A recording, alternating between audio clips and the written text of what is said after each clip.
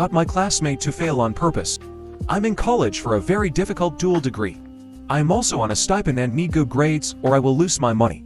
Since I am estranged from my family and disabled, I absolutely need this money to study. My current grades are my country's equivalent of a perfect A and I intend to keep it that way. This semester's final was a group project, which is already bad enough. We had to write an essay about a topic of our choosing that's relevant to our field of study. Create a scientific poster, give a 30-minute presentation on it, and afterwards get quizzed on the topic. We had 6 weeks to finish this. I landed in a group of 3 with cool guy who's engaged and puts in effort and dipshit who was lazy from day 1. At the start we created a schedule and clearly divided our tasks with check-in days to keep track of what we were all doing. First check-in day, dipshit showed up late and forgot his laptop. Second check-in day, he didn't show up at all. We needed some data he was supposed to have analyzed and compiled, but he kept saying he'd sent that tomorrow or he's almost done. When he pressured him on it, he finally told us that he has done absolutely nothing so far and then had the audacity to tell us he won't do it either. He told me, to my face, that he doesn't care about this grade since you can fail 3 finals and still pass.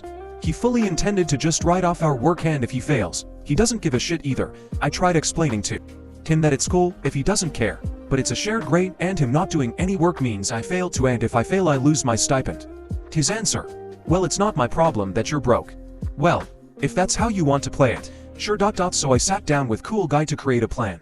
We kept our scheduled check-in days, but didn't remind dipshit day off, and of course he forgot about them. We worked on the entire project together, created a dope-ass poster, just generally did our best work, and didn't tell dipshit about any of it. I did all the research and wrote dipshit's part, while cool guy compiled all the data of our interviews and made the poster.